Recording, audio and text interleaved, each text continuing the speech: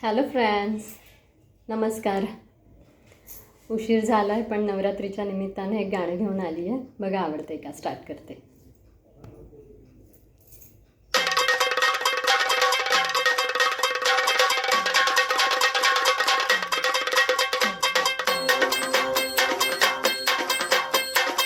लख पडला प्रकाश दिवट्या मशालीचा, गोंधळ आला उभा गोंधळी भवानीचा.